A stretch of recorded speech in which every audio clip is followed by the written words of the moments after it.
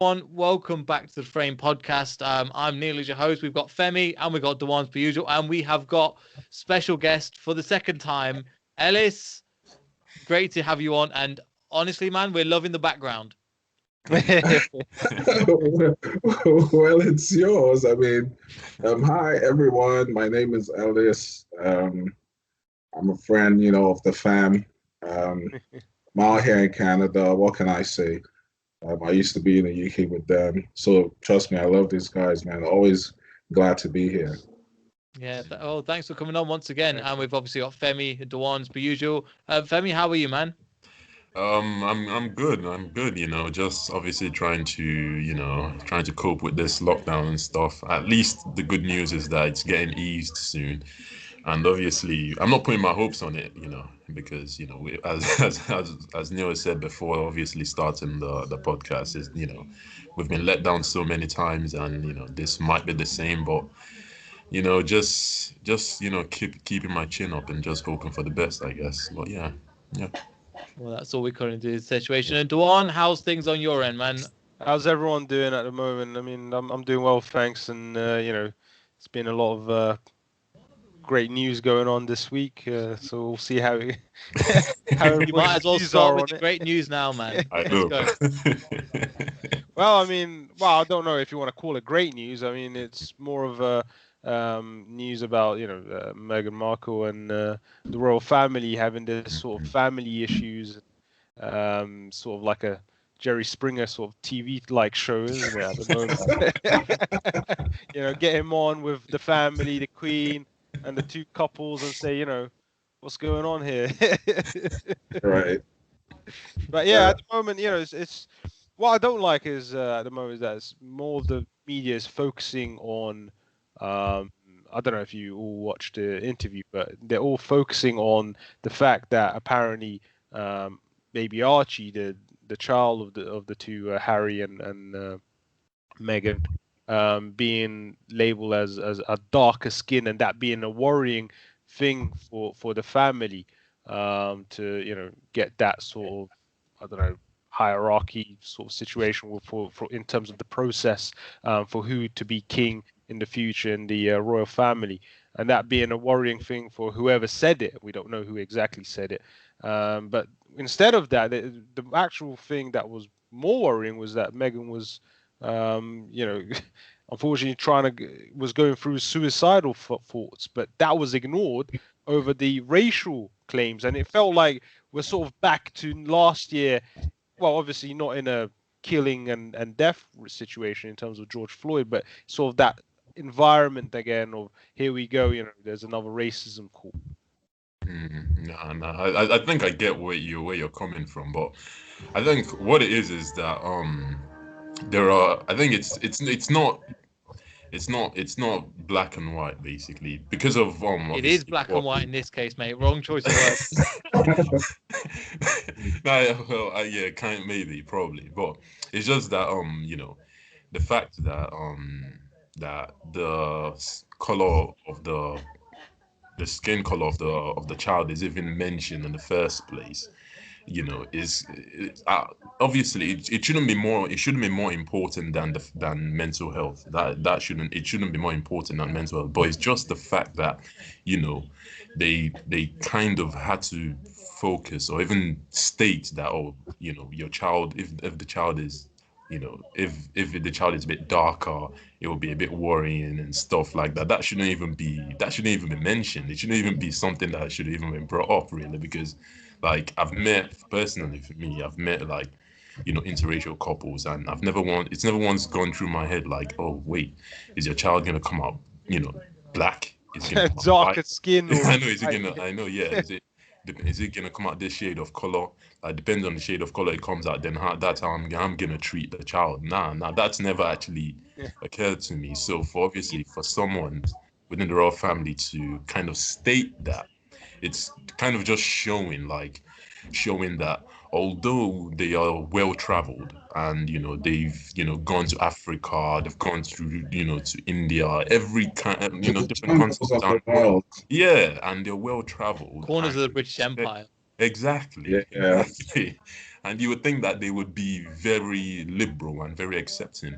So for that to actually Do you come out, honestly, from but your mouth, do you yeah. like this doesn't what matters more, right? In my opinion, but I haven't watched it, but this is nothing compared to what they actually get up to. Legit, Of course. they've had classism for they're literally built on classism, the whole royal family. So classism and racism is what is led to the whole situations, leads to inequality. Yeah. So the fact that this is even a story, I'm like, yeah, I kind of accepted that was going to be the case, that they were going to discriminate against a black kid. Yeah, that's literally what they're yeah, that's what is expected. Yeah. Everybody's going horrified that this is the case, and you're like, I'm like, well, no, this is just what they do. Look at the whole Prince Andrew thing. That's way worse, and nothing was said really about that. Yeah, And that's full family. He sort of got away with it, I'm, innit? I'm being honest. I'm like, okay, they said the dark kid's not right, or it's not going to be as dark. I'm like, that's nothing compared to Prince Andrew and what happened there in the royal family. This is nothing. Yeah.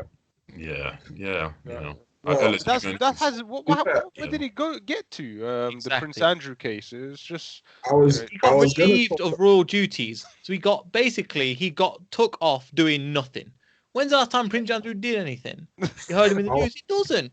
I was going to talk about Piers Morgan, but I hope we talk Ooh. about that. Oh, But yeah. let's Yeah. talk about the other accusations, sort of against the royal family, because it's not just this, that happened. This sort of opened a can of worms. And then, they started talking about other things like Meghan made Kate cry. I don't know if you heard that. I think it was over Sort of at heard one that as well. time. Arrangements, I think, for an event or something. So they disagreed. But I think somehow they found out that I think it was the other way around, and it was Kate who actually made Meghan cry, and also to talk about her wanting to commit suicide and not getting any support. You know what I Yeah. mean? Yeah. You know how yeah. that feels, because why I say that, right? You can imagine she's black, well, because of the one drop rule. Exactly. So, That's what it is. she's She's as black. much black as she is white, but we So, say yeah. she's black. But then, okay, if you're black, at least, well, she's mixed race, right? So Yeah. imagine, let's say there was a black mother. I'm talking about a proper black, like dark-skinned woman, elder woman, as a source of support. Even if she had that would have helped. Mhm. See, I don't want to go into talk about whether she's an attention seeker or this and that, but what we're talking, this is coming from the royal family. There are lots of people who face these issues, and the way that they see that the royal family handles this could also affect them, mostly negatively, from what we're seeing. If at that level you can't even get that support, come on, So it's deeper than just, the accusations of racism. It's much more than that, And then also talk about what's his name?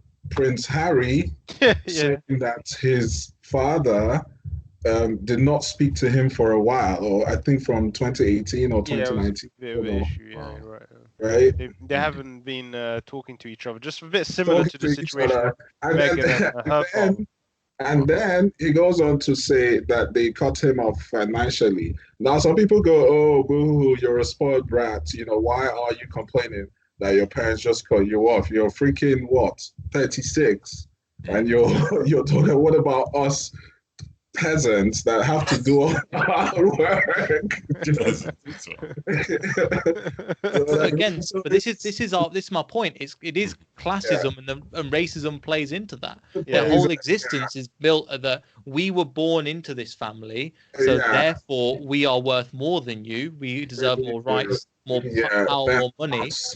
Exactly. So the fact that what we expect them to be.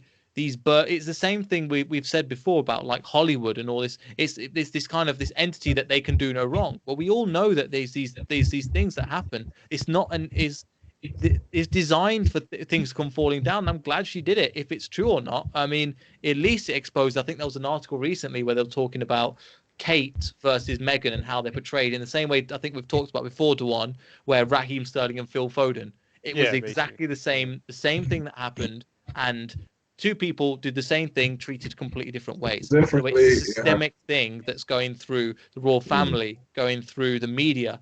They're all playing into it. We'll do it. Yeah. But I just want to say this though. I feel strongly that we're at a very critical time in human advancement, human evolution, and civilization, to be honest. Yeah. Where I think we're starting to question some of these old models. The royal family represents it's a relic of the past. There's lots of people talking about. But I don't want to go into that. I wouldn't say the British Empire has been for bad all through. They've also been well-meaning as well. Let's give them some credit. There's a lot. Where have they been well-meaning, Ellis? No, what I mean is in terms of the will to even do what they did, the innovation involved, even though, yes, I'm not trying to look at it purely from a slavery perspective. It's more like I'm just asking, what innovation? Yeah. So what I'm saying is the fact that they could power these ships across oceans to go in far land. See, it takes a lot of courage. It takes a lot of conviction, a lot of planning. And so that's where, for me and for a lot of people who are sort of from developing countries, that's where they should be looking at. How do we improve ourselves? How do we begin to mechanize? How do we begin to industrialize? Rather than just dwell on. So there's there's a couple of books I've been reading on the British Empire. It's been really interesting. One of them is by Carlo, going race and class in the ruins of empire. Really interesting book, looking at specifically more about Africa and Jamaica. And then there's another book called Inglorious Empire, which is by Shashi Tharoor, which is a very interesting book, specifically about the facts and the history of the British Empire in terms of India, because that's where it comes from. And it's really interesting to see what advancements they weren't interested in bringing advancements. It was all about capitalism and the fact that they could bring advancements for others, advancements for themselves. You should be working for yourself. At the same time, as much as I'd like to criticize empire and colonialism, I've also come to realize that some of these conquered places, even after the conquerors, or the imperialists left, did not do much with the resources that they had. So it's not totally the fault of empire. No, well, so see what I'm saying? I see what you're saying. However, even though there's been a system in place that has sort of kept these countries behind. But I could tell you, even from first-hand experience, that even left to their own devices, resources that are meant to develop and build are spent on frivolities, on other things. So I don't see how the empire affects the local governor or the district officer who has money in the bank and is supposed to use that to build a road, and he uses it for his family. That has nothing to do with why empire. did they build the roads as well? The roads was to get to the ships so that they can transport it back to England and back to the That's home what country. I'm saying. The thing is, the intention as well. It's basically what I'm saying is it's a game of self-preservation. That's really. You have to understand. Not really. Self-preservation is different to what the empire did in terms of when you go into it. So again, self-preservation is what India, Africa, and the Middle East have been doing. So Asia, through that Silk Trail, have been doing for thousands of years. I'll trade you a pineapple I'll trade you a mango. That's how it's been working. And you can find that historically in Africa, in Asia, where different things have been traded. The problem with when Europe, it was especially when Africa was found, where it was a scramble for who can get and colonize these countries first, and then keep them fighting within one another. So it's easy enough to say, yes, it was the case, but probably even within Nigeria and with India, they just put communities that don't reside next to each other and kept them fighting. Exactly. That was done on purpose so that they could again do what they need to do. So I get what you're saying. However, I disagree with the sentiment that again that there was maybe positive sides. However, it was done, for example, in India. If it's not just about capital, there was a really interesting thing about the 18th century where they'll talk about building boats and how the British would the Indians built better boats, but the British were actually losing power in this specific industry. So they mandated and said no boats can come from India. So India's lots of trade, and while the British increased, but the build quality of the boats was nowhere near as good. So people didn't want to buy them. So it's all things like this where it's not as simple as just, oh yeah, well, let's have the best boat person win, which was the Indians in this case. However, the British have gone, the English people complain and go, well, they're building boats better than us. So instead of upping our game, we're going to shut them down. And that's why I have exactly. That's the thing. It's really, that's why it's a rabbit hole, to be honest. That's why sometimes I say it's not to go away. You know, last year, like the one said, last year it was George Floyd. This year we barely started, and we have to deal with Archie and why he's not a king. Yeah. So yeah, you know. But then I just want to, okay, let's say what about the British public? You know, how do they take this? I know that the public right now is divided about it. It depends. I think a lot of from what I've been reading and watching online and things like this, even the Good Morning show before Piers Morgan was leaving, a lot of the black communities seem to say, well, this is not really a problem. But the white people or the white majority are very representative and saying, well, you know, we'll still stand by our queen and whoever said it, you know, it's our royal family. We've got to respect them, whatever their decisions are. But obviously, from America's perspective, they're just looking at Britain and saying, wow, you are a mess. Because that's how they're watching it. Like, wow, you know, this is a big problem. It's a big problem. It reminds me of, you know, the people online that have the like they have their thing. They're like, no, it's mine. Some people have like My Little Pony or something like that. That have these weird niches and like, or like something. They go, no, don't touch my thing, and they really like it and they come out and defend, and you're like, but it's not even about you. It's not even about your thing, but you've just took it to heart.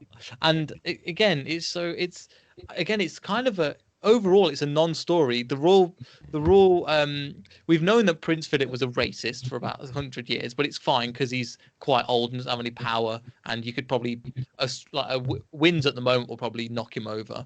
So it's not as threatening. But it's a kind of a non-story, but I think it's just slow, but this is what it is at the moment. Who do you think might have actually said it? Like, might have actually been the Who ones? cares? They probably all said it. Whoever said it, it's just a stupid question at the end of the day. Well, is your song going to be really dark? I mean, come on, like, what kind of question is that? Do you expect any better from the royal family? Do you not honestly really. expect any better? Well, especially with the way they treated Diana, obviously. Really? You expected legit from me? No, because this is funny. Let me just say something because this is why I expected them to be better. I expected them to be better because on a normal basis, when you have your average Joe who is being racist or who makes a racist remark, you're like, oh, okay, I can, you know, they're probably not well traveled. They probably don't know, experience other cultures. So it's fun. But then obviously when it comes to, you know, the top of the top, you know, the people that have been well traveled, they've been everywhere. You've seen Prince freaking Charles dancing with African tribes, man. You've seen like he was in Brixton. Exactly. You've seen them like, you know, get down and, you know, and mingle with everyone. And then for them to then make that statement just kind of makes you think, wait, so does that mean that although they are going around mingling with everyone, does that mean that, okay, they think they're above? Put in that. Exactly that. Of course, but is this new information? Is this new information? Legit though. Is this new? Is this genuinely shocking? It's not. I'll be honest. It's not. I'm just like, the royal family's racist. Okay, the sky is blue. The ground is. I walk on the ground. Like, this is just standard information. Oh wait though. See, they said that the Queen, and I think they said they excluded the Queen and Prince Philip. Yeah. So, and I think they sort of have a good relationship. You know, I hear Meghan spoke to the Queen one time, and she gave her something special. You know, the first time they came, and hell, they had a how much? 32 million or 32, 36, I don't know, million pounds wedding. Yeah. So, you know, I don't know. If it's not the both of them, yes, there's still enough people, you know, that could say stuff like that, you know. But at least I'm happy, you know, in a sense, because okay, you ask Harry what's his relationship with his brother. Yeah. And I could feel it within me when he said he loves his brother very much, you know. I mean, he said he's been to hell with him and back, you know, he will continue to love him. Of course, they're in different spaces now, you know. At a point, you have to separate as siblings, you know, but it doesn't mean so for the values of family and stuff like that. I'm happy with the way that they've approached it, you know, the way Megan responded, that, you know, it's in everyone's best interest that no names be revealed, even though everyone is like, oh, but that's got all of us wondering and labeling everyone, you know, be specific. No, shut the hell up. It's not your business. Oh my God. Guys, you know what I mean? Like some people just she went the right way off about it. If she was going to go, she didn't come across say "f these people." Da da da. She just said, "No, this is what it." She stated it, and she again, people like to be especially when it comes to the royal family. People are hysterical because don't touch my royal family, and that's been ingrained into from feudalism, from millions of years. If you can't look what's happening in Thailand, you can't criticize the Thai royal family without being potentially imprisoned. So these things have been they've come from the feudalism mentality. So my point is that people don't question why, they just accept, and that's okay. But you can't stop other people from doing that. But plebs will be plebs, plebeians will be plebeians. That's why. But then, would you class Piers Morgan as one then? Because he seems to be very to be honest, actually, I feel like Piers Morgan he just had like a hatred for males. You think he's seeking a knighthood or something? Piers Morgan. I don't know. But the thing is, he plays. I don't think he's actually that bad. What he does is, I'll speak to somebody about this recently. He's playing this role so people remember him for this rather than his News of the World days, where he was the chief editor, and the fact that obviously all the compared to that, this seems quite. He'll be rather remembered for this. And did you remember, Femi? You look a bit confused. So yeah, I'm confused actually. Okay. So do you remember there's a newspaper called the News of the World? Yeah, the photos, right? The soldier. Yes. So basically, there was a woman that went missing, and they tapped her phone. They tapped her phone, and then they got the messages, saw the messages, like screenshotted them, deleted them for exclusivity, and then she died. So he was I think the editor at the time for News of the World. So again, this is just a cover so people remember him, and he is the batter. So people hate him as it is. So what he's trying to do is go, okay, I've built up this reputation of being the guy that people don't like, but let me just play on that and just make the other people like me for other reasons, to make me look bitter, to make me look spiteful, rather than the true horrors of what I've actually done in the past. Exactly. To dilute the waters. But have a look, Femi. The News of the World is one of the biggest newspapers in the world. Wow. And they shut down. They had to shut. They physically, from the population and they literally shut down because it was that big a story. They don't exist anymore. Yeah. So he was a big part. He was a big player in that. I get what he was saying, that he didn't believe Meghan Markle because of it. But you need to also remember that the conversation of this baby Archie being skin being dark was actually spoken to Harry about it, and then Harry passed over that information to Meghan, whoever said it. So the thing is, it could have been interpreted by or misheard by Harry, and it could have been the way it was said to Meghan may have been incorrect as well from Harry. So I get why Piers Morgan says, what she's saying could be false, that they're racist. But the fact was that, as I mentioned earlier, what they ignored which was more important, was that she was about to commit suicide because of all these problems she was having, and they didn't actually. No one questioned the royal family why they didn't support her, as Ellis was saying. Provide that support mentally for her, because a lot of people are going through these mental issues during this pandemic, and especially if even if she's even if Meghan is high in class and has a lot of financial support, obviously being in from the royal family, and she being quite famous because of her actress celebrity, she should still be getting that support, and that's not what she was receiving. You know what she said? She said she hadn't seen her passport, her car keys, and some, like personal effects, stuff like that. Like since she had moved to the royal family, like those things literally just disappeared. Like, wow. Yeah. So I'm thinking, okay, if you don't have your passport, then how do you travel around?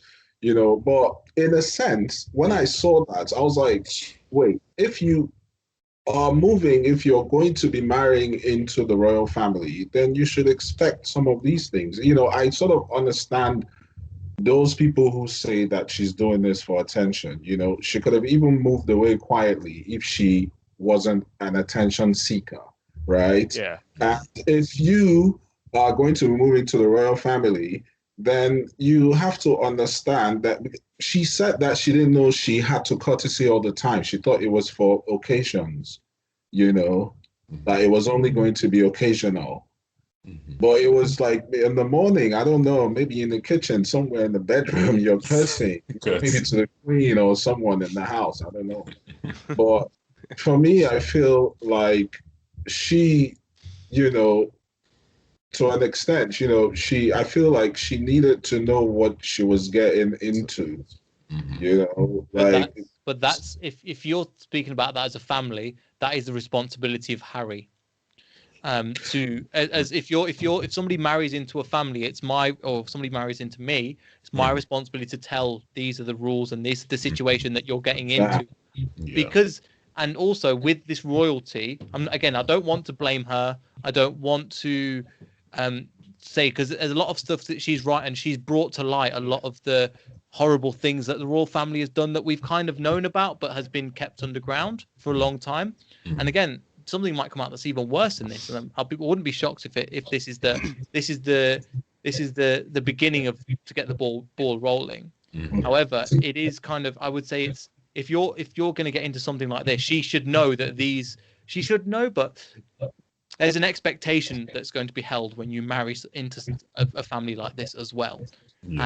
But it is up to Harry to fill her in terms of different aspects of this is what you're going to be in for if you decide to go out with me in the long term. This is what the situation is going to be like. I do get where you guys are coming from. That it's true that obviously Harry does need to be. Harry is the person that obviously needs to inform his wife on what his wife is to be expected to do and what she's expected to say and stuff within the relationship and stuff like that. But at the same time, I would also feel like, because if you can see, like, as this going back to during the time of like Diana, don't you think that it seems to me in a way that Harry himself hasn't gotten over, the fact that, his mother is obviously, was kind of, some people would say killed, and some people would say obviously had an accident. So it kind of depends which one you want to go for. But, I feel like he's not really gotten over that. And although they could have gone quietly, it seems as if Harry is feeling a bit resentful for the fact that obviously his mother's, he couldn't really do anything while his mother, obviously for the passing of his mother, he couldn't do anything. So I feel like he felt like this might be a chance or an opportunity to maybe expose some of the stuff that the royal family, that he feels that is maybe negative of the royal family, or maybe he's even trying to even avenge his mom. We don't know, but see, you have to consider that he was the person who heard it, and he passed that, he communicated that to his black wife. Yeah, it's not easy. Like, I know everyone wants to say, "Oh, white people racist, this and that," but I salute him for his courage. You know, we also have to give Harry props. I know it's easy to want to slag him. Some people say, oh, your wife is controlling you. But look, listen, let's for a second leave people and their choices, you know, for a second, because at the end of the day, we're also making choices. It's just that we're not out there in the public to be scrutinized, right? For a second, let's just think about it, you know. If he felt so concerned, you know, so much that he had to tell her that this is what he heard, you know, it means that he was really concerned and he really cares for her. You know what I mean? Like he had to tell her. He couldn't keep that to himself. Obviously, he knows what to expect. His royalty, his white, his like peak white overlord. You know what I mean? So it's like he already knows these things, you know. So for someone like him to do that, you know, to tell her, you know, it speaks of, you see, at the end of the day, I feel like all of this is just going to go away and everything will be fine. Why not fine, but I mean, everyone will just, you know, go on like they used to. You know, he's going to move to America and live his life and, you know, and it's fine. You know, it had to get to that point at the end of the day, you know, and maybe this is just it, you know, it's happening now, you know, and yeah, they'll live in America and have a happy life and everyone is fine. And, you know, William, you know, stays on waiting for his turn. But imagine if, but I feel like if they had stated a name and he had been Charles, do you believe that would affect him becoming a king if they actually stated that? Right. Like imagine, okay, they say, okay, the person who made the statement is actually Charles, right? And you're like, oh gosh, wait, so Charles is a racist. And they're like, oh, okay, we know he's a racist now. If we make him king, would that then make our country ruled by a racist king? Like, I don't think people, because if you look at it, I don't think people would care, to be honest. I don't care, to be honest. If he's a racist, okay. Same as a politician, same as this. It is what it is. It's the same thing. I know, but look at it. Like, for example, every other country, it's not us, the people that should care. Like every other country outside of the UK. Yes. Look at the country. But what it is, yeah, I know what you mean. But I'll give two examples. Okay, Donald Trump. As just one example. Two, there's Patrice O'Neill had a really good bit where he talked about the racism and the systemic racism in America. He goes, he talks about the systemic racism in America. He goes, all black people just want to hate one thing. And that's, say, one person, and he's the equivalent of Adolf Hitler. We all just hate him. He did the problem. He did the issue. But he goes, it's more systemic than that. And that's my point, where it's, yes, he's racist, okay, but there's a whole system behind that, and there's a whole classism that's been pushed. So again, even when we talk about this white, that's why I want to mention class. They treated their own, it was 200 years ago that people were being hanged for stealing a loaf of bread, for example, in this sense. So it wasn't just that. So again, racism is a part of it, but it's also classism, that they didn't treat the English people well. They didn't treat these. We had child poverty. We had people that were working 6 days a week. People sending down coal mines. These things were considered to be, well, you can't question the status quo. Don't question it. Just accept it for what it is. And that's my point of, it is racism, but to say all like white people in general, no, because in the past they've treated, even now they don't treat a white person the same as a white person in the middle class family is not the same as a white person in the council house. So it's a mixture of both of them. But the problem is we're fixing all on race at the moment, and it's more of a systemic problem overall. But Neil, I have a question for you, you know, sort of to pivot to something else, which is still related to this. Talking about overlords and feudalism, and we live in times like now, you know, you have your Jeff Bezos and your Elon Musk and all these tech overlords that are starting to take over us. Sometimes if we're talking about race, like classism, like you were saying, there's debates about minimum wage. Some people say no, leave it the way it is. Some people say no, we deserve it. You know, these are some of the things. You say GameStop, still ties into the same thing. When the people decided that let us go long on these stocks, you see what happened. The whole hedge fund industry, and then Melvin Capital, the backers of Robinhood, and Robinhood stopped the buy orders for the retailers, for the ordinary people, did not want us to buy. Why are you trying to tell us that the rules are different? Of course they are. That's exactly what. Yeah, the rules are different. So it's not. You're saying racism, classism. So it's not. Of course, it's not. Surely just that's the classism. What they've done is classism. The rich have a different class to the poor, and that's my point. Yeah. So it's a systemic problem rather than just. In this case, we just got to go bad Robin Hood. Well, no, it's the whole. It's the whole system in that fact. That's my point. Yeah, it's the whole thing. It was. Now you have a lot of people calling for. Jack Dorsey, right? He went ahead to ban Donald Trump. From Twitter, people were celebrating. It's good Donald Trump is no longer on Twitter. Yes, it is true, but it also raises questions about free speech and who has power. My thing about that specifically, Ellis. So I agree that Donald Trump should be banned. My problem is he broke terms of service in the past. This isn't the first time he's done it. The reason why they banned him is because they felt like this is a time to ban him. Yeah. The stuff that he said in the past about the Muslim bans, about all these other things, that sexist comments and all these kind of things that blatantly broke terms of service. Now all of them decided, right, we're going to ban him for this instance. But surely if you want to go terms of service, it's right or it's wrong. But he broke them multiple times and you allowed him on the platform. Now my problem, again, he should be banned, but why did everything all go in one go and he was swept off all the platforms at once? That's the kind of point that I was making. Exactly. Why? It's like a bandwagon. Once someone does it, everybody else does it. The platform. Exactly. Banning them. But I mean, this is the thing about classism as well. It's whoever's in power has the, to make those decisions, and I get why Donald Trump probably obviously got banned at the time was because it was costing the country a lot of money. I mean, let's face the facts.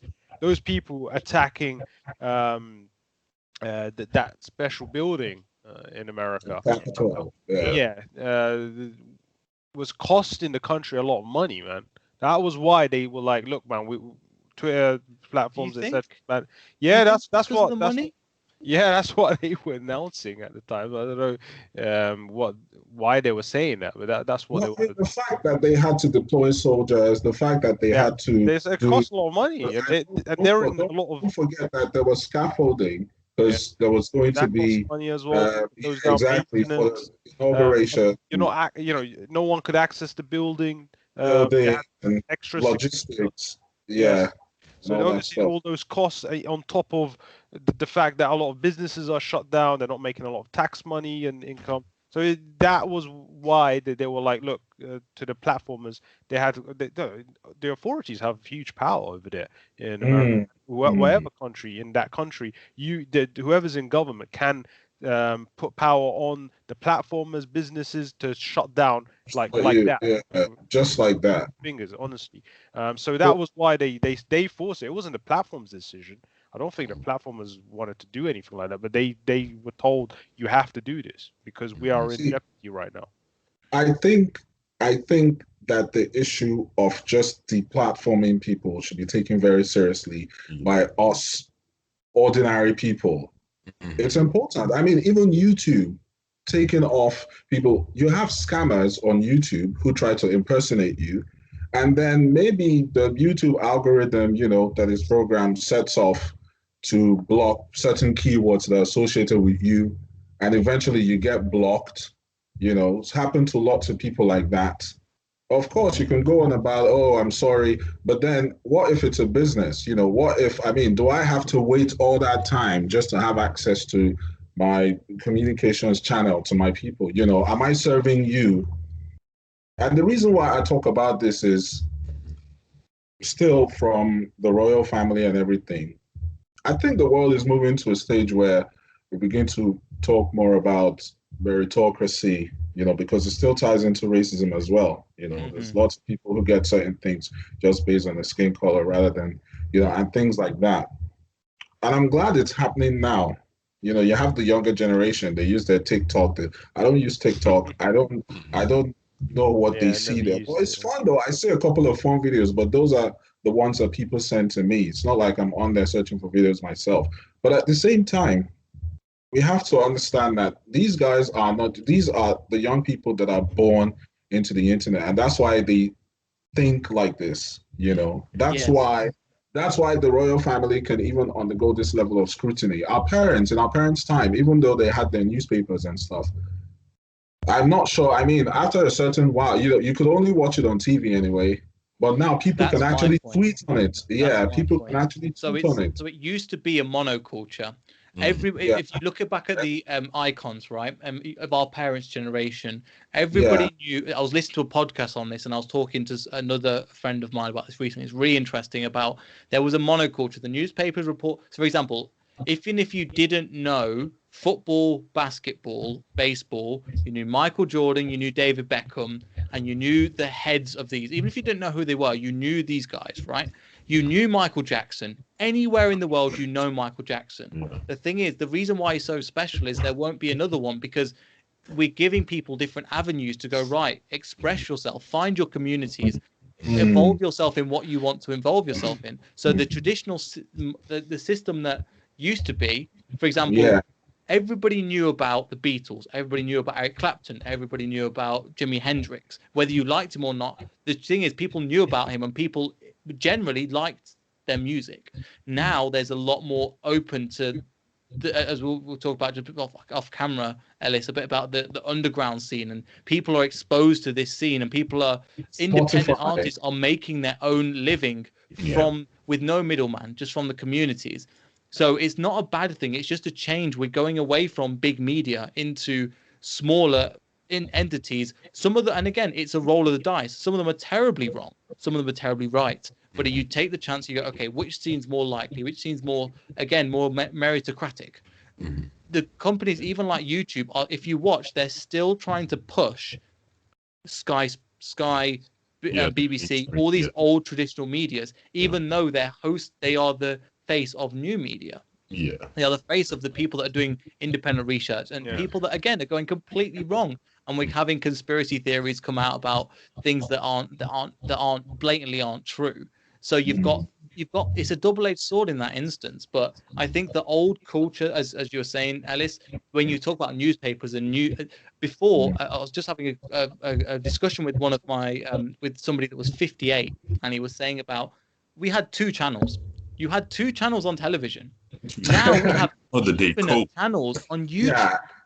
Now again, so back in the day, there was only 2 channels, 3 or 4, even in England, there was only 3 or 4 channels, and you had to get all your information through that or the person next door.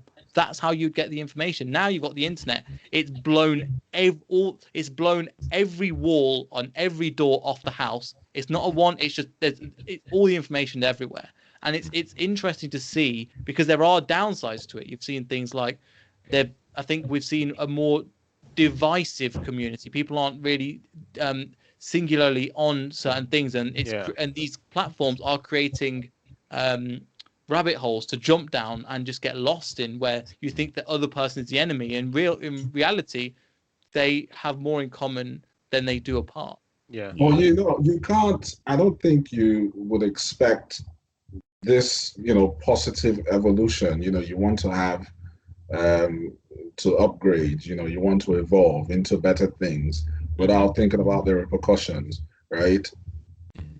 I feel that personal responsibility is very key in this world that we're moving into.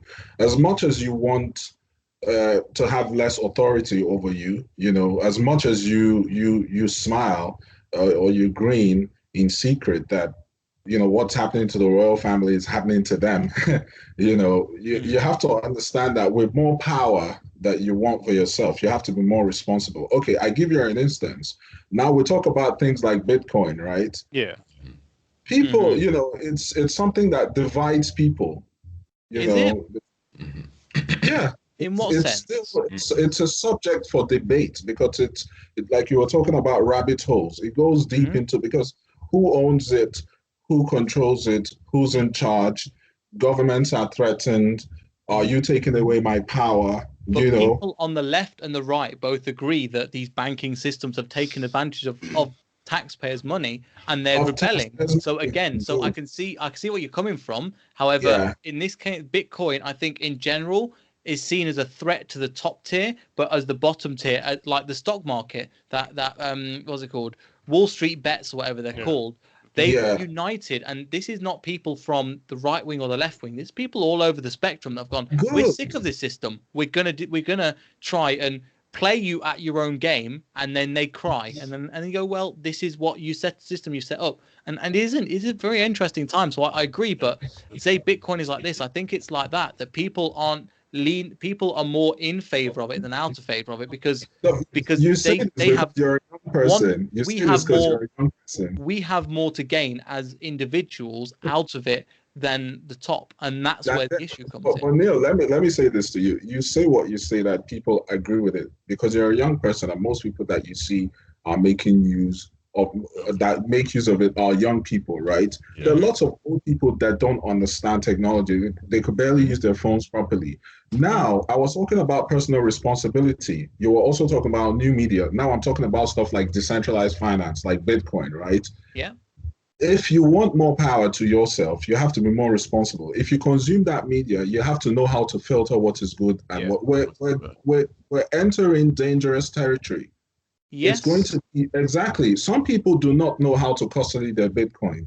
They don't know how to Yeah. send between wallets. They don't understand, and they might lose it. And in the process, they think, oh, it's bad, or it's this, or they might get the wrong impression, or this and that. But they forget that as much as I want to use this new technology, as much as I want to have this free media, I also need to understand that now I'm becoming a more sovereign person, and that requires a lot more responsibility, more fiscal responsibility, social resability, and so on, But so you could that say you the can same live your thing life. about It's, money as well, like but physical money. money, Same thing. why this is important, like why I say this, because I think the general theme of what we've been talking about has been authority and new wave, you know, a lot of young people like us, millennials or whatever, the younger Gen Zs or whatever, these are the growing populations. They're going to be making up a larger part of the voting populations. Even in more developing countries, they have more younger people. So already they're the dominant voting population. So I'm Yes. talking about aging societies like in Asia, the far east of Asia, and then, parts of Europe and then Nigeria North as well. America. Nigeria is a young Well, Nigeria community. has lots of young people. Yeah. Oh, he's talking about So old people. Oh. yeah, but in older societies anyway, I mean, like the younger demographic is replacing them, right? Mm-hmm. So a lot of them, why these themes, these talk about these Yeah. are things that also concern them a lot, because they're new, they're coming into the world, out of school, into jobs, they're looking to progress in their careers, looking to make more money and have better lives. I mean, there have been reports that have said that the life that our parents had at our age was much better. I mean, they had more access to capital. They had more access. I mean, forget the fact that we have more access to information now, Yeah. you know. Mm-hmm. But that's why I said personal responsibility. But back then, it seemed that, everything, people believe more in the state, people Yeah. believe more in government, people believe more in the system, that when they did this, they got this result, this and that. I don't think we have that now. Yeah, I of don't think course. Yeah, of What course. sort? Sorry, I think, which yeah, sort? go on, go on. Yeah. Which sort of we don't have what? Sorry. I mean, we don't have that type of social cushion, that type of, um, I don't know, people talk about things like inflation, All eating right. up Yeah. your currency, Yeah. Yeah. you know, I, you I, get But paid, how much of it, how much value do you get from your salary or from your yeah. income or Yeah, from that's, this is exactly it. So, for example, we graduate, whoever goes to university, you're £9,000 a year. For example, in the UK, you're paying nine grand a year for your tuition fees. Bear in mind, this is without including the fees that you're paying for your household or rent or food, etc., which Yeah. can even go up. And then Yeah. you graduate, you finish your year, your degree. You can go masters, PhD. That's not important. But once you try and find a job, you start with a very small margin salary. I don't know, 25K, something like that. A house in London is about, if you're lucky, you can find a one bedroom flat for about £600,000. How do you pay for that mortgage? Go there. You've got a fucking 27K on your back. Then you got these tuition fees to pay back. Then you got the mortgage fees. On top of that, you got council fees to pay, internet fees, house. It's just too much. There is no, the living cost is way too high in terms of comparing it when you're using the minimum wage, which is about something like £8.52. And then people are complaining, obviously, in the country at the moment that the carers, the NHS, who are getting something like 1% pay rise. Well, that's actually a joke. 1% pay rise, while Dominic Cummings, Dominic Cummings is getting something like 25% pay rise. Exactly. To his mother's house or wherever it was. I mean, come on, man. Like, unfortunately, the government's been wasting a lot of money at the moment, and they need to. But it's again, Duan, it's down to classism. We get a different rule to you, and it's not to do with race, but it tends to be that the poorer class get treated differently to the rich. But yeah, I just wanted to input that. And also, and going back to what Ellis said about why the younger generations don't necessarily trust the state as the state generation is I would also say, obviously, the fact that now we have the internet and we're obviously able to have our own opinions, and we can obviously share information that back in the days wouldn't even see the day of light. So and of the past, was it 10 or 15 years now, we've kind of just been seeing how the states are being like really unfair, like the dodgy stuff they do, the stuff that they do that aren't really morally right. And we've kind of, people have kind of, seen that and are now kind of using that to judge them. And hence why, obviously, now we're in the state where obviously most people don't really trust the government anymore. And it's not even just that, even as the one was saying about housing and stuff, as time goes, the wages and everything stays the same or even goes lower, while everything else becomes a lot more expensive. Because I know, obviously, back in the days, obviously, our grandparents and stuff, by the time they are like in their 30s, they would already own houses because it's affordable for them. They can get it. But obviously now, in your 30s, it's something you can't do. Like it's not that it's impossible, but it's just a lot harder. A very hard and difficult task, and you need support to get through. You need your financial support from your family, and if they ever have households previously. And then on top of that, which I find quite funny is that they never mention population being a problem, but that is in some ways. It is a problem because if you look at it, this from statistic view, if you look at the areas of, let's say, just England, focusing on England, those areas that have high number of people and households, it's very expensive to get a house. But those small areas, which business and job roles is very limited, it's very difficult to live in because you don't get the like, for example, in London you get buses and trains and services that's like every 1 minute. Outside of it, you get like 1 hour, 2 hours you have to wait for services, or you don't get the the full service. They are much cheaper, but the condition and the lifestyle of it is completely different to how you want it to be, and it's still difficult, even with the price being a lot more different. It is still difficult. But other countries in Europe, they like in Scandinavia or other parts, it's more easier. Why? I mean, why do they give so much care for people, their own residents, whereas here for their own resident people, they don't treat them good. They only treat those who are having businesses. It's a very business friendly country. Rather than Yeah. people friendly. That's what the issue is going on as well. Yeah. Well, I guess you have to be But coming with you can say that's capitalism, obviously. Yeah. Because of the capitalistic. It is, government. but it's not just capitalism, because again, it used to work that way, but it used to be more fair, and what you're saying is becoming more unfair. And I get it from that perspective. So no, it just depends on the way that it's what they find important. And in this case, it's not about protecting the NHS, as they say. It's about trying to restrict it so that they can bring their friends who are private businesses into the NHS and give the government funds that way. That's the long-term effects of it, because what they'll do is they'll strangle it and go, well, it's not working because we'll have to bring the private sector in. That's the whole plan behind this. Even though but again, it's the classism thing of how I think the majority of the British public didn't want to go to war with Iraq. They didn't want it. There was massive. You could ask them. People didn't want to go to war, but the powers that be at the top made sure that was the case. Again, so it's again. And we didn't even vote for it, which is no. It was just it was a dictatorship almost. Yeah. They said we're going to go. Yeah. And we did. And it's a free country, isn't it? Yeah. And who actually suffered for it? And it was the poor people again. It was the poor people that were working for the army that were like, right, you're going to go over to Iraq. Let alone all the casualties that happened in Iraq.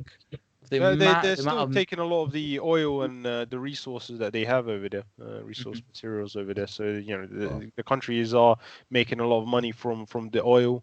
But we're not seeing it though. We're obviously in war and stuff, the winning country or the winning tribe or whatever would see the benefits. Actually, you would see the benefits, but are we seeing the benefits of all? No, we don't see the benefits for ourselves. But those businesses, those banks, those people at the top, they're the ones who's going to see the benefits. Yeah. I have to say that.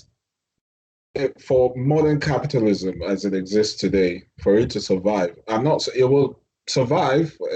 This is not saying that capitalism is done in the next 10 years or anything like that. No, it's more like for it to not face the level of threat that it's facing today. Lots of people talk about socialist ideas moving towards the West and things like that. But for capitalism to succeed, because we have to give it its props. It's done well.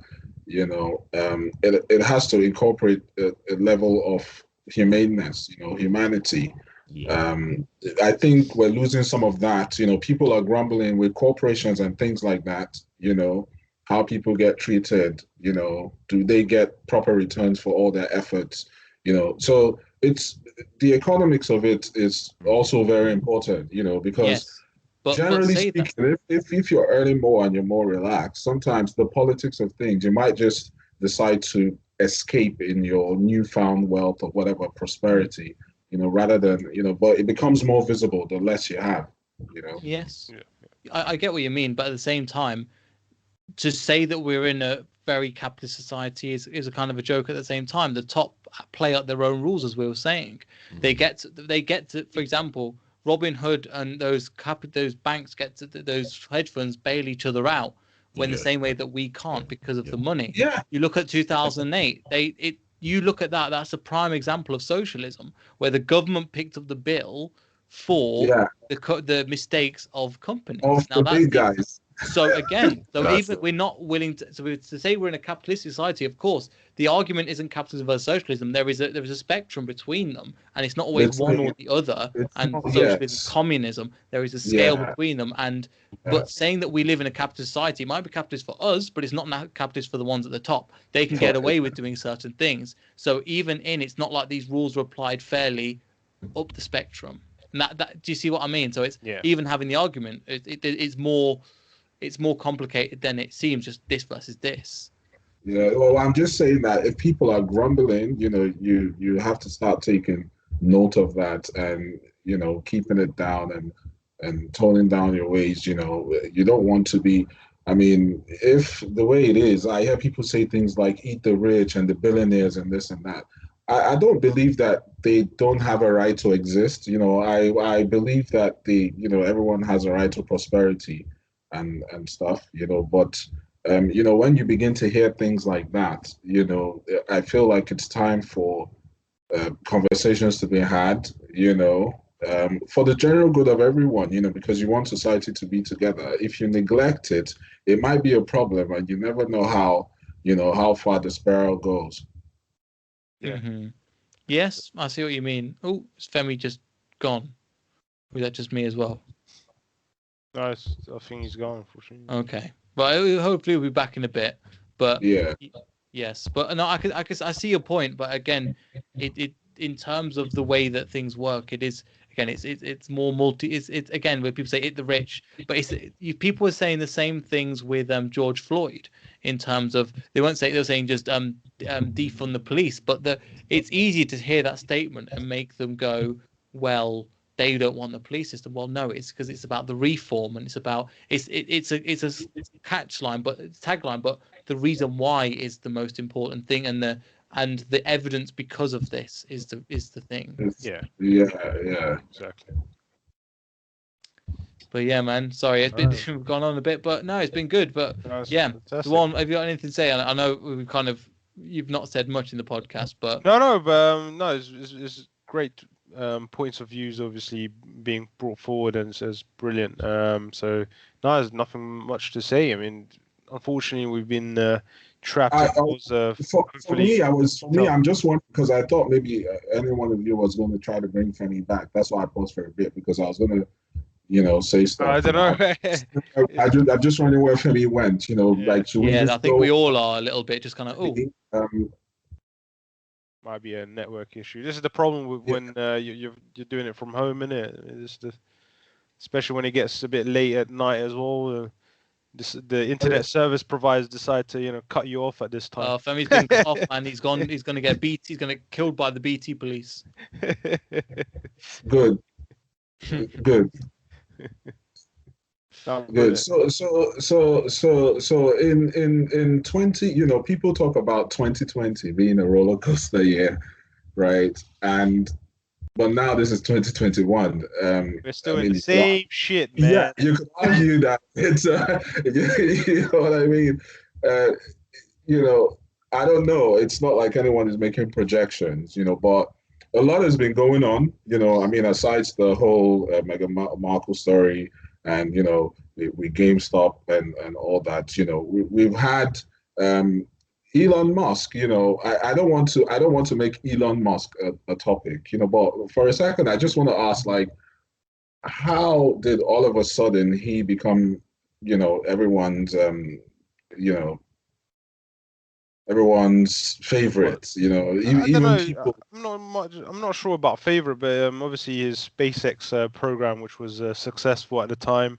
Then the certain comments he made, and then his child having a weird formula name last year, and then after that, well, more recently, he's trying to plan this sort of brain implant, which the neural link thing. Yeah. No, it's not like, of course, it's not everyone's favorite, but the thing is, in terms of moving humanity forward, right?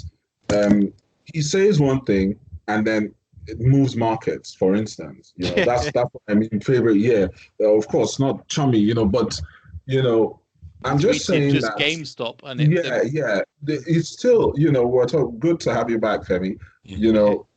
I was talking about the humaneness of capitalism, right? He's a billionaire. Lots of billionaires have existed in the past, I'm not sure at any other time, before now, have we had this level of freedom of communication, with people like that. The fact that people, you have people who have committed, who have, dedicated themselves to posting every day on an Elon Musk tweet, for instance. I'm talking about hope and inspiration. We're talking people in Malaysia, people in Indonesia, people in India, people in, far across the world. And they're saying, look, I'm going to keep posting here. I am a secondary school student. I love science. I was the best. I had A in all courses. I'm building a project. I'm seeking your approval to use your name, copyright TM, blah, blah, blah, on a particular project. And I will continue to post here for the next 365 days until you give me attention. What I'm just saying that is the kind of future that we're looking at.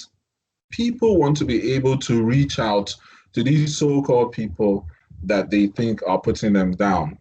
And the fact that he portrays that image that he's doing something to move humanity forward. So it's a net benefit for us, and a couple of contrarian comments he makes as well against the establishment, saying things like say hello to your puppet master. I don't know, something like that. I think he said to someone who I can't remember the exact story, but messages like that, saying things like I don't respect the SEC. He has a history of making comments like that, which ordinary people actually agree with, but of course they don't have the clout and influence to reach out to others and stuff. So I'm just saying that people like that, what that model, not him as a person, that model of the billionaire, the modern day billionaire or the modern day elite, the modern day leader, authority, regardless of the field, people can reach out to them.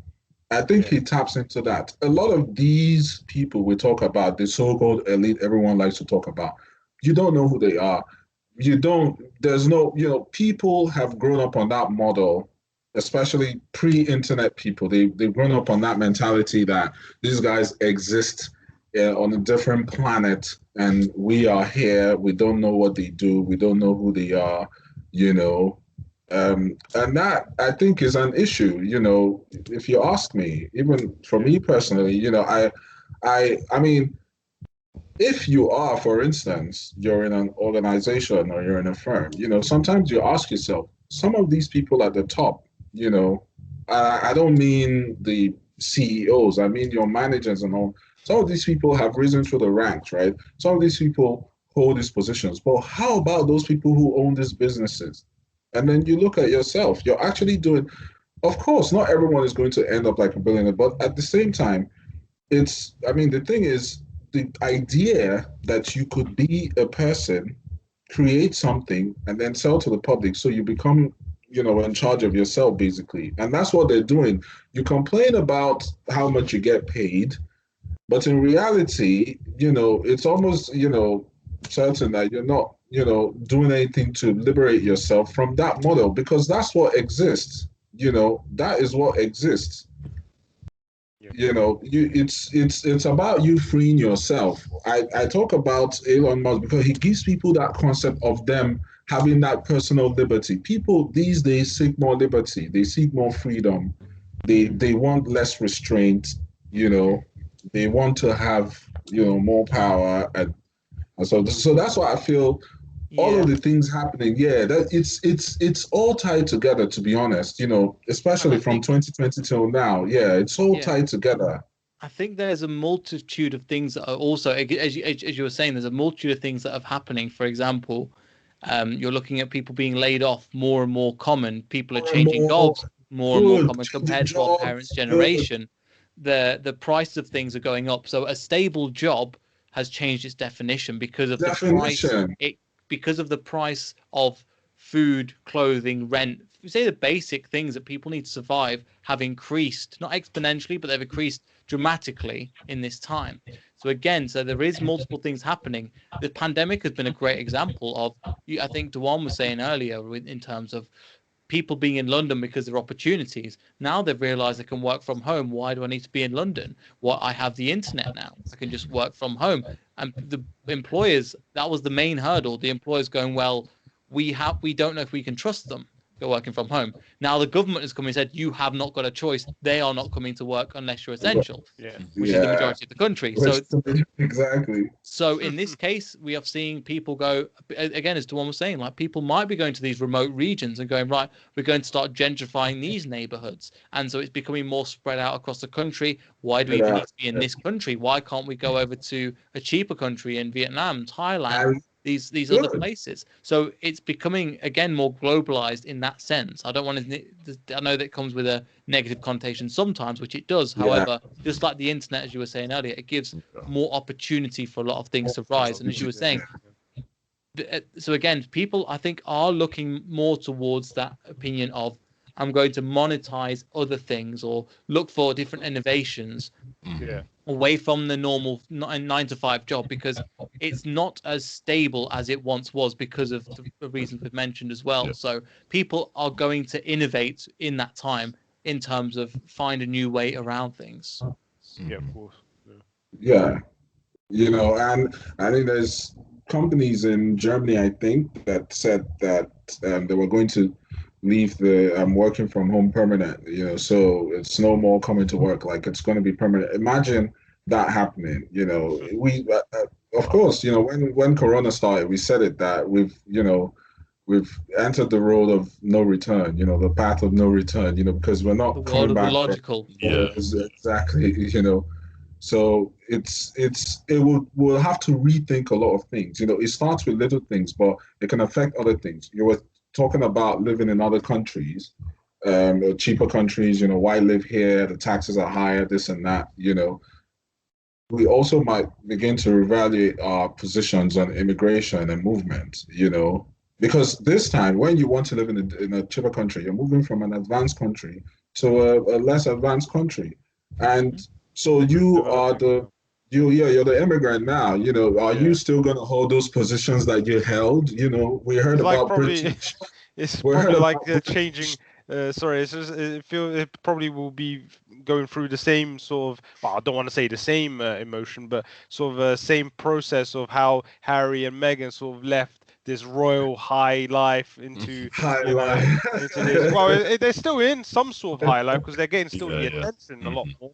But in terms of going in and trying to live the normal life, Normal life, exactly. So you're moving to less developed countries. I heard about British, because of course, they call the British immigrant, they call them expats, while the rest are immigrants. Exactly. So the British expats, I think it was somewhere in South America. I think they were complaining about how they were being treated, and I think because the rules had changed due to Brexit, But these are people, Brexit. Of course, I hold no opinions in it, has its benefits. There's arguments in support for it that make sense. But I'm saying the fallout, this is 2020. Remember, we spent a whole how many years talking about just how to exit, But now, we're sort of out, it's the still in EU, the progress, UK. but It is. things have actually got worse. We're doing a file transfer and we're still seeing the loading bar. Exactly. I mean, the mental, because it's been years. Remember it was Brexit mania, but now it's Brexit exhaustion. No one wants to hear about it. Okay. I mean, now, did you not think about these things? Did you As a not? country, or No, I mean, did you not think about the effects of what you were supporting? Now you travel abroad and you complain about how you get treated. No, they're not treating you badly because they're treating you exactly, how the law. it's Yeah. classism. It's classism. I expect a different rule for me than for you, and that's exactly what you're saying, Ellis. Yeah. So I'm just, unfortunately, that's the life that you've chosen. Chosen exactly. So, but it's interesting times. Yeah, it's interesting times. It's really, really interesting times. The last time we spoke, remember I said I think that was when the COVID had just started, and I think I mentioned a few things about this. One thing I'm almost certain of is that it will continue, we will see a continuation of this increasing sense of independence, everyone wanting to be out of that kind of, that overarching, level of control that sort of pervades your daily life, the regular life. I think it's growing. It will continue to be so, even all through 2021 and even 2022. I can't really say that probably this the next is 5 years at least. or even the next 5 years, exactly. So for me personally, I'm really excited. I can't be. Trust me, I'm actually excited. I can't wait to see what will happen. But there's going to be a lot of interfacing between technology and our respective interests. Yeah. Why I said, okay, I'll give you an example. There's Mark Cuban, the owner of the basketball team in the U.S. I'm not sure, it's the Dallas Mavericks or so, was a billionaire for so many years. I'm just saying, someone as advanced as that is an older guy now, But I say this because he's not even as young as, or he, you would assume he does not belong to the technologically savvy generation, even though he personally is, but speaking for his whole, generation. Now, he, for instance, has gotten into the non-fungible token space, NFT space, Banksy, the artist, there was one of his art that got burnt and it was transferred. Why? I mean, these guys reckon that if we can have these digital tokens that represent this art, right, we're not going to leave this physical copy still existing. We'll rather burn it so that it does not exist anymore. And then anybody that has to buy this art will only have the digital representation of it to have. Do you understand what I mean? Won't that open it to forgery? There's they blueprint it, Femi. They blueprint. There's technology. They mark it and say this belongs to this, but it's like So they mark it so that you can't just copy it. They leave a special version when they say 1 of 100. This is this version, this serial number, just like a car. They mark it with the number.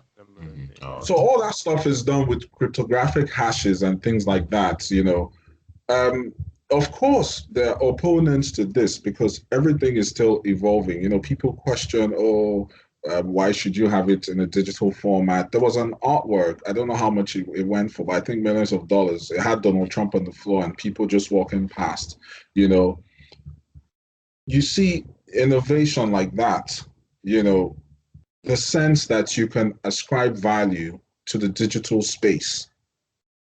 The sense now you're kind of excited that you can sit in your house and not have to go, you could work remotely, but then that means that you may not have to do a lot of the things that you did while in the physical space anymore, the meat space, if you call it that. Well, we have to do the meat space via remote, isn't it? I mean, so how do you so how do you get your value? How do you exchange value in that cyberspace now that everything, and even interviews as well? You have job interviews and you can have your pajama trousers on and then your shirt on and hey man, I'm in a job interview. Legit. Exactly. I've done so much work. I've genuinely not wore trousers. As in, like, I wore jogging bottoms in black every single time. And it's not because I don't care. It's because they can't see and I'm more comfortable and it makes me a better person. It makes me present better. Exactly. I can't go into the office like this, though. Obviously, so if I talked earlier about responsibility. If you want some of this innovation, why I say these things is, these are the things we will have to deal with, next 10 years, 20, 30 years. If we want some of these things, we have to understand some of the consequences that comes with it. More responsibility. I don't think that's too much to ask for. Yeah. If you're responsible with other things, you could as well begin to transfer some of that, that sensibility into the digital space. You hear of people get hacked, your bank account. No. Be more responsible. Begin to take it more seriously. COVID has separated us. We will have to do more of this online, and which means at some point we will have to transact, and transactions means that value is being, transferred. So that's the thing. I'm excited as hell. I'm just, I can't wait to see what's gonna happen. It's only March, and you have, so I wonder how everything will be in 5 years' time, Yeah, it's going to be a lot of changes. Yeah, there's been a lot of changes since 2015, even or 2016. Yeah, even that time. But I think now a lot more people are going to be doing a lot more home remote work and less traveling and things like, well, not traveling in terms of, I mean, work-related traveling. You'll still be able to do your holidays, but now apparently with your holidays, you've got to have a vaccine passport. So that's gonna man, even for the vaccine, actually, like obviously there's so many people that are skeptical about about that one as well. Like there's so many people out there that are like, from what I've been hearing from people, there's like they're not taking the vaccine because obviously they don't trust the government. There was even an interview in like how you can know the world is even changing. It's like there's an interview in Ghana, like this reporter going around asking people from like Ghana and stuff, saying, "Oh, would you take the vaccine?" And they're like, "No, I'm not going to take the vaccine because it's not made in Ghana. It's not made in Africa."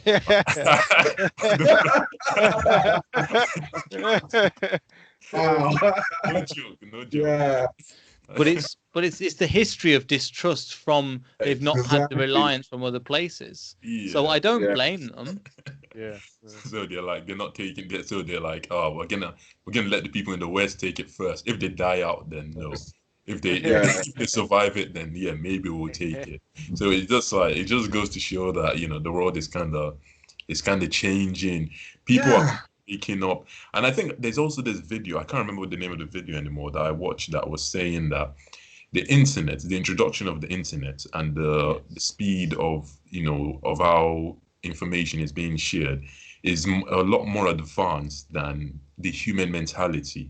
Hence why, obviously, as you guys were talking about the response, the more power we get, the more responsibility we need to obviously have.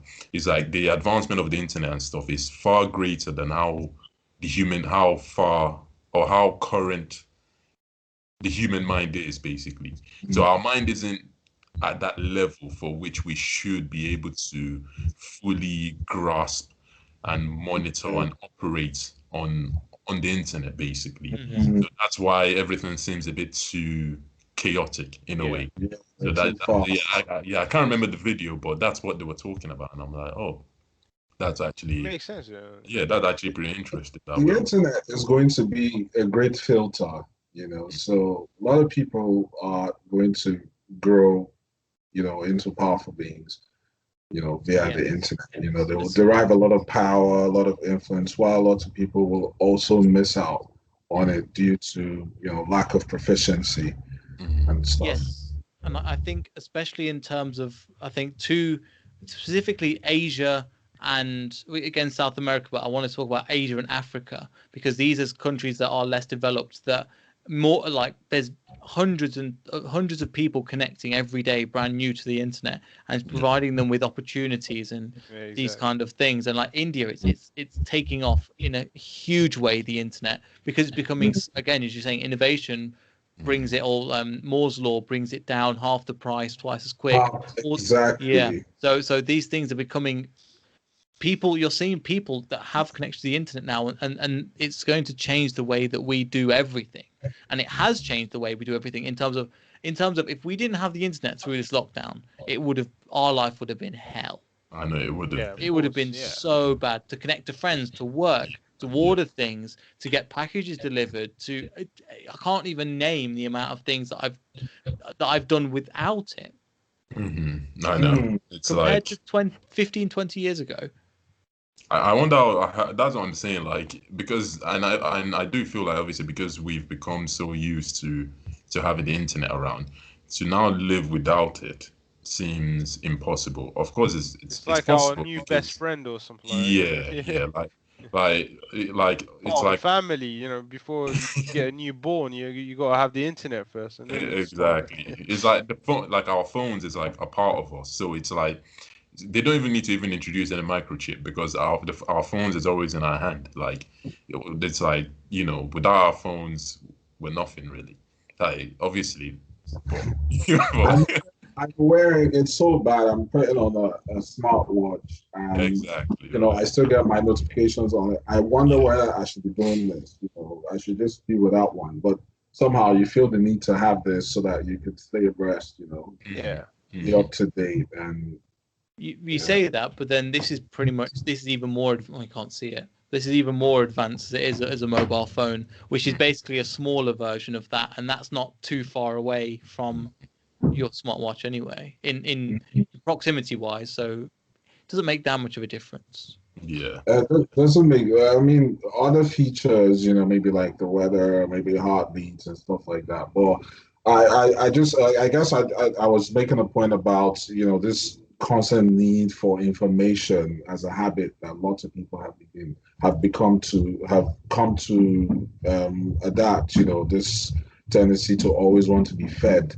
It's sort of addictiveness as well. I mean, Yeah, at the end of the day, exactly. when you, I don't know, for example, when I'm going to bed, I have my phone in my hand until I get tired, and then I put it down, and then I go to sleep, and then in the morning, the alarm from the phone, and I'm going back to my phone, giving myself 10 minutes, and then brushing my teeth or whatever. So it feels like, I don't want to say we are reliant on the phone, but we are in that sort of pedigree. Yeah, it is. I think the human mind and the human brain is capable of evolving into some form of cybernetic, So, I mean, a cyber element, not having any chip implanted, but that sense of, a connection to a digital sort of abstraction. Yeah. That guides you. I believe we're capable. So sometimes, when we, people like to highlight the dangers and but we're still moving on. Yeah. I don't think having being more interconnected is going to reduce the life expectancy or stuff like that. It's just humans evolving. In 2021. Yeah. It's just that I don't know. In terms of technology, we haven't really advanced so much. Yes, we got mobile phones, etc. But all they've done is improved on the current hardware. They haven't actually built something which is new technology, if you want to call it.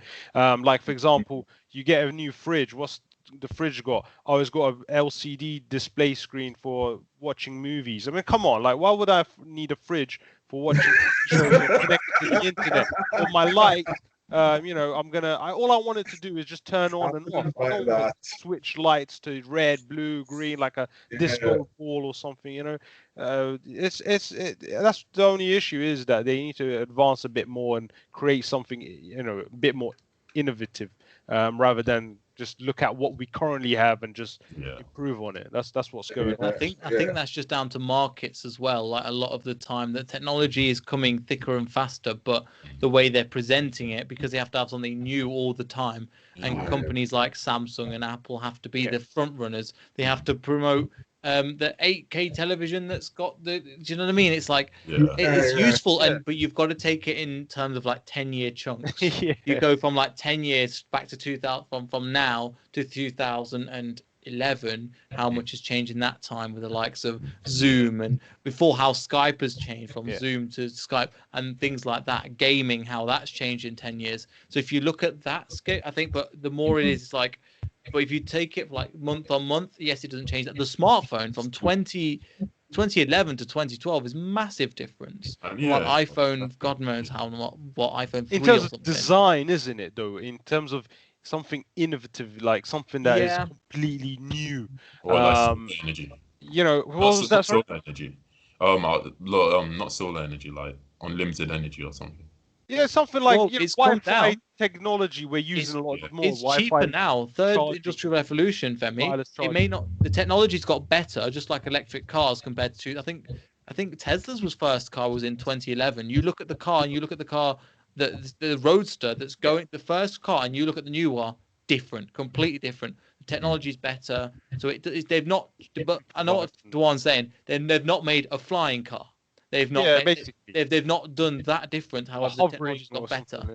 And now, even in terms of like alternative or like renewable energy, it's cheaper now in the third. I was reading about it, the third industrial revolution, where it's cheaper now to get these things in than non-renewable energy. It's cheaper to get solar power than these traditional energies. And you get grants as well to support you if you want to add it onto your current household or building if you don't have it.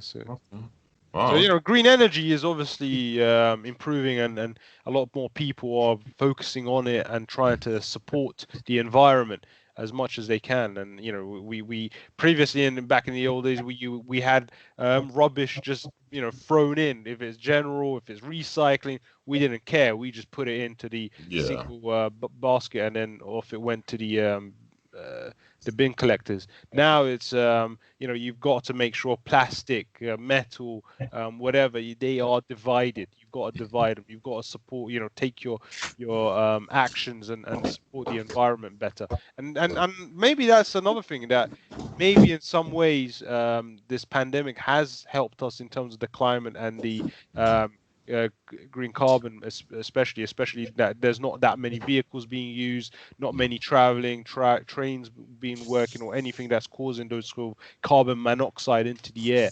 It's been less than what it is. I haven't seen the statistic to proven that, but obviously it's just a theory. But Yeah, man. But sorry, did you want to say something? Because I wanted to chip in that, Yeah, go we, yes, green energy and so on, but oil prices have been rising anyway since last year that it crashed, since the crash of March of 2020. Yeah. So I don't know what that says about, how, much people are ditching, traditional energy sources like, oil for green energy, Yeah, they are, but it's a gradual process. Yeah. Nothing happens overnight. So again, you're seeing the market share of electric cars becoming more and more. You're looking at car companies like, I think Ford and Jaguar say by 2030 they'll become completely electric. It's not something that will happen overnight, but it's a gradual change from one to another and a swap over. And Just in the same way that we went from the car didn't replace the horse immediately. There was more cars on the road, the infrastructure changed, and then everybody became all into car.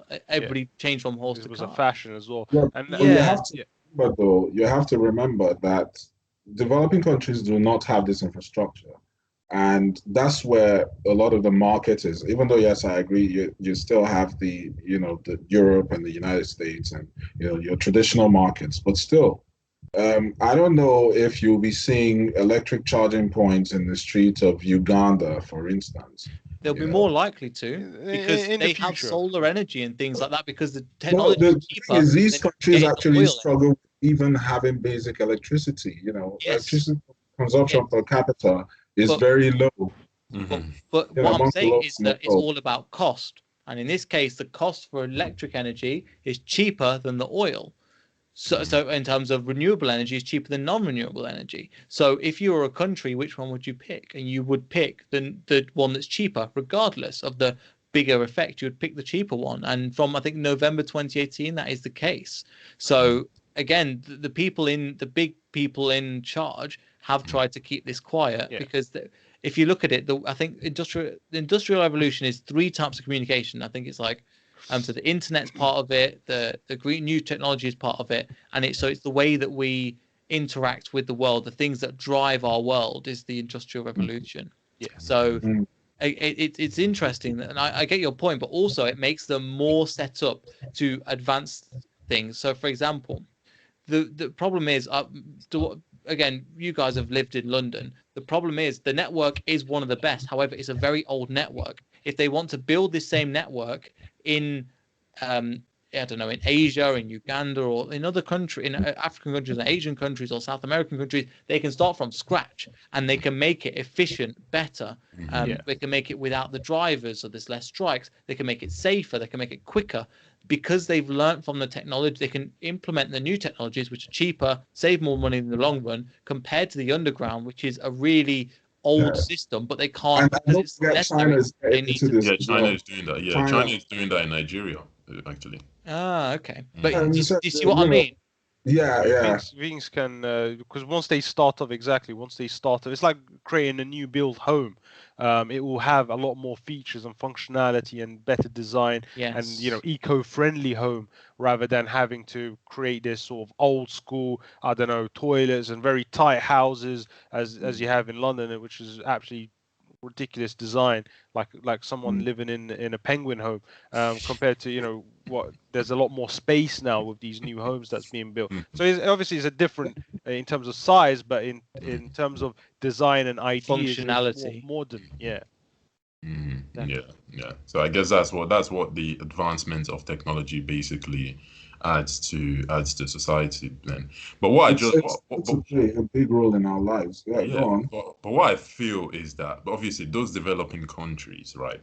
Those developing countries, if they were ever to get to a point where they would be able to attain those new technologies, we should be seeing it now, but it's not happening. Like the only exception I could say is okay, maybe like I think in India, it's stuff happening in India as well. There's obviously development in India, and development in India, but again, yeah, India and in is Nigeria.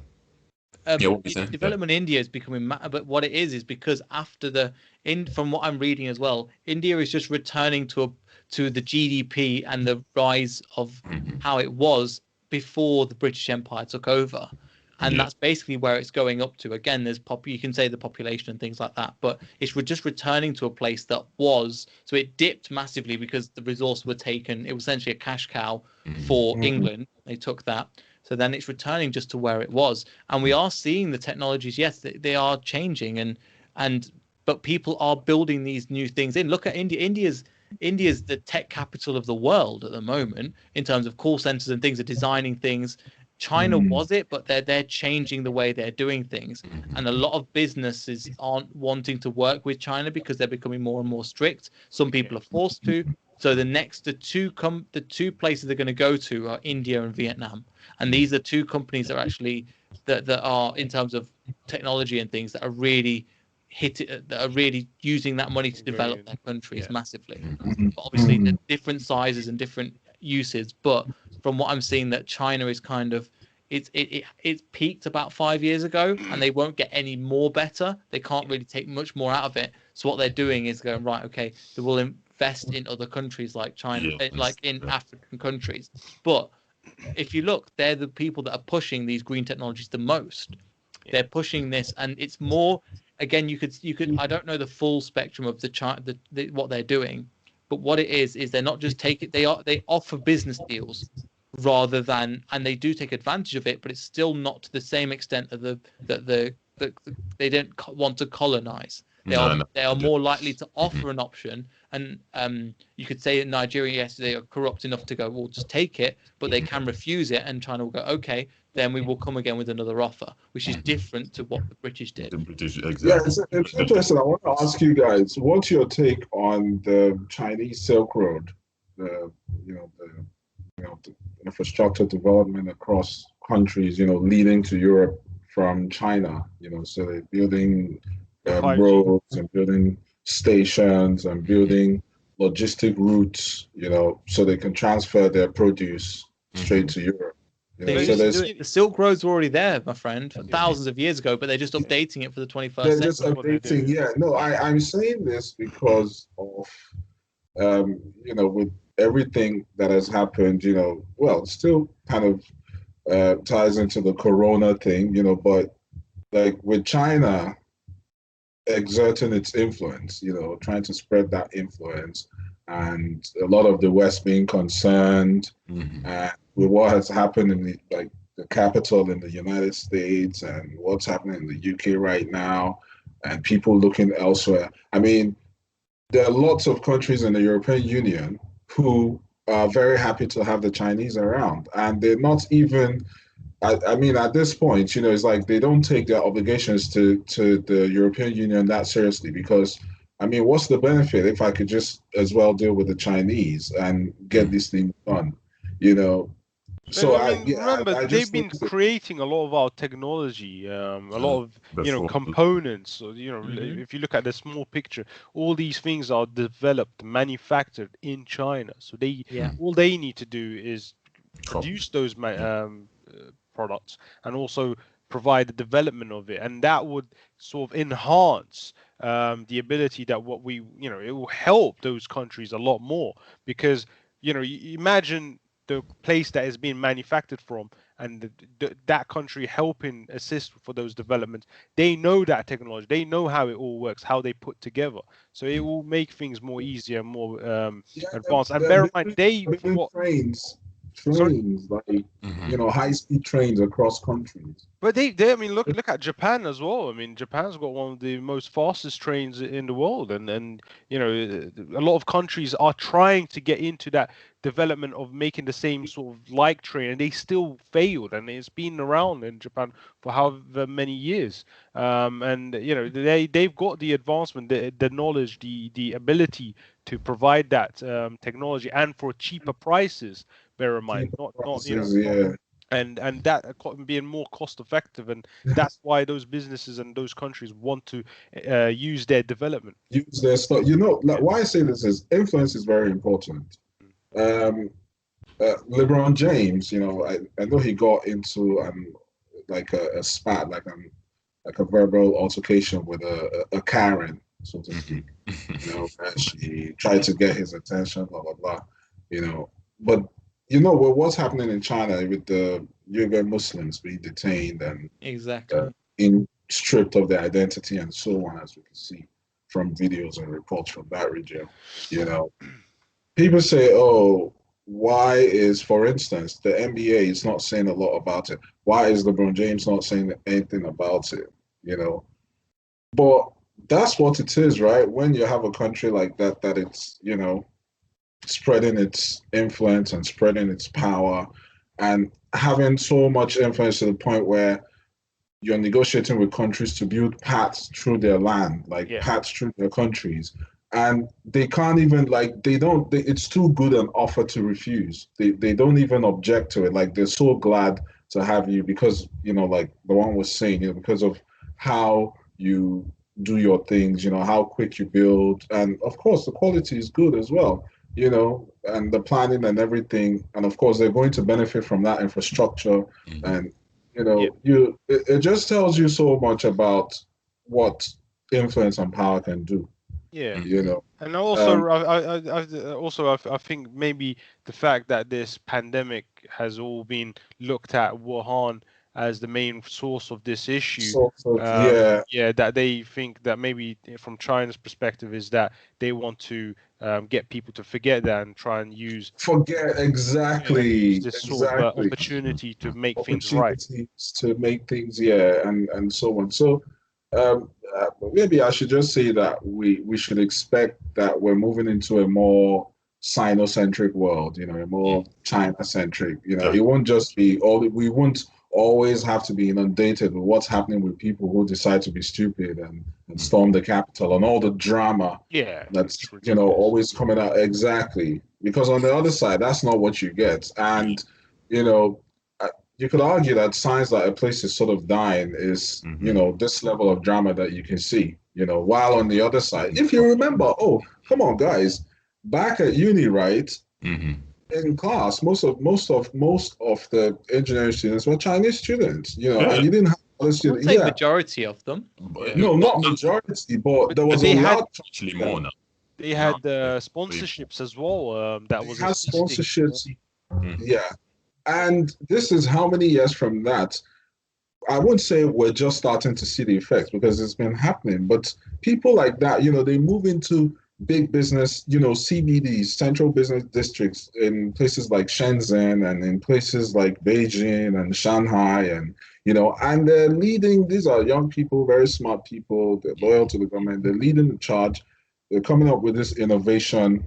It's different, you know, it's not like before. They're competing on an equal, you know, slate, like on a, you know, equal footing, you know, with the so-called Western kids, you know. But this time, you know, a lot of them seem to be channeling those energies towards innovation and creating and you know, so it's, for me, it's something quite interesting to think of, you know, a future where I mean, for instance, you know, you have more students wanting to go to university in China and, you know, things like that the West has always had privilege of over the years, you know, over several decades and stuff, you know. So for me, that's also something that I feel that we should watch out for. You know, that's something so what you're saying is that in the future, China might end up becoming the world power or the dominant power or the dominant. Maybe not dominant, but because power, you know, you have hard power, soft power, you know.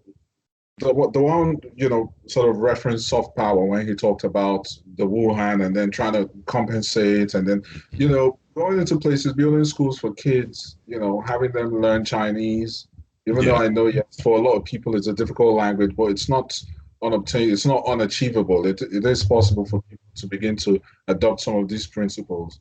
And You know, maybe in the future where we saw English being the first language, it might be, obviously Mandarin is quite very, very popular around the world. That might actually overtake it in the future. Because if you look at it, it's very, in very high. terms of spread, maybe not in terms of the spread of the language. Because if they're gonna be developing every country, most countries are going to have to learn Mandarin probably. Bear in mind they will still speak English. It's not exported though. It's not exported in the way that English. Like for example, if you look at the exported, that's the thing. Yes, English is exported around the world. And if, for example, Dewan, we're lucky that I've met people from from around the world when I went traveling and things, that we're lucky that we speak this language. We can go to anywhere in the world, and the majority of the time, for example, even if I went to Japan, they still have the Japanese writing in English underneath it. Yeah. So you have to learn English in order just to survive. In order to people use it as their freedom to the world. Because if you speak, I don't know, if you speak Armenian or something or Turkish, you are limited to your bubble, and China is the same thing. They have to learn English, and so again, there will be a change. I don't know if how long English will be the dominant language, because they might find a way to simplify it, because English is quite a complicated language to learn and master. Yeah, but these things can be easier to spread when you through the means of like culture, television and events, especially when there are incentives to take part in some of these things. It's more, language ties into culture and attitudes and things. So when you export some of these things, I feel like there will be more of a reason for people to want to at least have an idea, maybe not, understanding it, to the level where it's dominant. Obviously, that won't happen in aeons, possibly. But I think that English is way too integrated, and I think the West is actually very smart in terms of how they at least try and keep their language going. Because if you take, for example, like, the music industry, like even for example, even like there's this K-pop group. Obviously, I don't listen to their music, but but they're very popular, isn't it? I mean, the K-pop music has is it BTS or whatnot? Yeah, but Korean culture at the moment is becoming one of the most mainstream cultures. Yeah, and the combination of Asia and the West, fused. And you know what the West has done? They obviously know that the Korean pop or K-pop is growing. So what they intend on doing is taking that and moving it and actually accepting it and moving it over to the West. Like if you see like all this BTS and stuff, they are trying to speak English. Back in the day, before, if you know them, they spoke zero English, but now they are actually the one trying to speak English to people and trying to obviously communicate in English when they don't necessarily have to. So, and them doing that is kind of showing them that, it's kind of showing even all of their audience or all the people that watch them that, actually, English is actually, it's a very good language. If my idol is even going out of their way to learn it, then it's their passport to the rest of the world, as we were saying. Exactly. So that's it. So I feel like English is way too integrated for it to lose relevance. I think it will simplify though, Femi. We have so many tenses within English that it can be like other cultures don't have. They just have past, present, future. We have different versions with like past perfect, present, past continuous, past. It's very complicated. So again, we will just be a way of Again, I agree, but I think they'll be fused with something else. And basically, you go just like England's done with its culture. They go, okay, we've got all these cultures here. Okay, we like the food. We'll take the food because it's better than ours. We'll take this, and they'll piece it together. Okay, we'll just create this overall thing. And I think that's what they're going to try and do. So there will be English based, but they'll insert other words that will be easier to understand. So you'll maybe have the word for they, them, their all be one, just to reference one thing. So concepts like this, I think, will change. However, I agree with you. Like, if for people to speak English, it's their passport to the rest of the world. We don't have to worry. We have to worry a little bit, but we can kind of rely on other people speaking English so we can contact with them. However, if they come here, we're going to have to learn the language. So that's actually a very good point, though. But I think we've gone on for how long have we gone on for? Yeah. 1 hour 50. Yeah. 1 hour 50. Almost 2 hours, huh? Yeah. All right. Yeah. Well, okay. Say you guys want to round up or something, but let me just say that overall, for me, I feel maybe I shouldn't assume for others, but personally, I feel a strong sense of optimism, in the midst of the chaos. I think that's something that we should move forward with, understanding that, whatever has happened has just, why I say this? I remember what 2010 used to be like, and then now it's 2020, but somehow we managed to get here.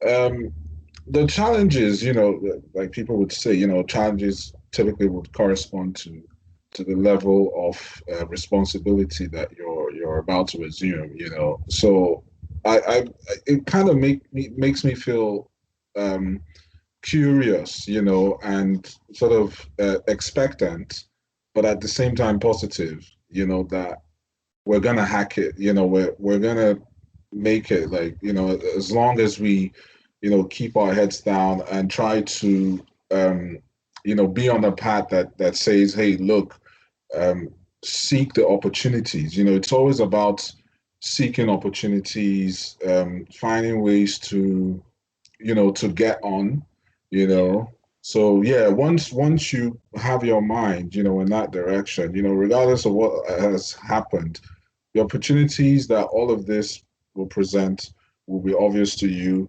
and it'll be easy for you to, take it up from there and make the best use of what you get, Of course. Yeah. So I think he's had internet problems again. It was that good, mate. He was like, I can't top that. I'm off. Really, but let me ask though. In previous calls, I remember Neil is always saying, Femi, are you there? There's always asking for Femi. What's wrong with Femi's end? Like, is there any particular issue with this internet router or something at home? With his computer or some device that you know about? It might be just the location of the access points in the house but I'm just saying, but why is it spoken always like a true hardware engineer, Dewan? Why is it always Femi going off? I don't think Dewan has ever gone off. I don't know. Neil has never gone touch off. wood, man. Don't jinx it, mate. No, even if it happens now, it won't count. But it's funny though. It's always Femi going off. I don't know. It's something to think about. It's just. Yeah, I don't know, but yeah. Well, again, great chat, Ellis. We really appreciate you coming on as well. Yeah. Fantastic. There's a whole lot. There's really a whole lot. I'm so happy to chat with you guys. It's always a pleasure. I'm happy that you guys are, keeping up to date, keeping abreast, with happenings. And I'm over here, but still, I guess it's the same thing. It's, Femi, are you back? My internet keeps calling. Yeah, we're just wrapping up. I think we're just about to sign out, so I was just giving my final word. So, happy to be with you guys. It's always something. I mean, this will linger. I'm going to go to bed tonight. In happiness. Knowing that we spoke. I remember, texting with Femi, the other day, and it was just. I was like, Femi, it's been a while. It's hard to describe. I'm trying to be decent, right? Because people are looking at me. But for real, I feel like going, yo. It's like, so, yeah, I mean, it's great. It's fantastic. Glad to be here, guys, and thanks for having me. If you were over in the UK, I swear, all of us would have gotten together and like. Not now. We don't. I know. With each other. After the pandemic was out, definitely. Yeah, after potentially. After you gotta fly over the North Atlantic. It's so beautiful. Trust me, man. Probably have to visit Ellis in Canada, isn't it, mate? Yeah. So that's what I'm saying. Like, man. fly over the North Atlantic, you know, and look, Yeah, it's good. quite beautiful. And then when you fly to Canada as well, it's, you know, like, Yeah. yeah. So that's something I dream about, man. And it's gonna happen, you know, we'll make it happen, man. Yeah, Cool, definitely, man. Well, definitely. but yeah, thanks for coming on again. I'm just going to wrap this up here. But Mhm. thanks, everybody. Make sure you like, subscribe, all that good stuff. And we'll see everybody in the next video. So Thank you. goodbye. Thanks, guys.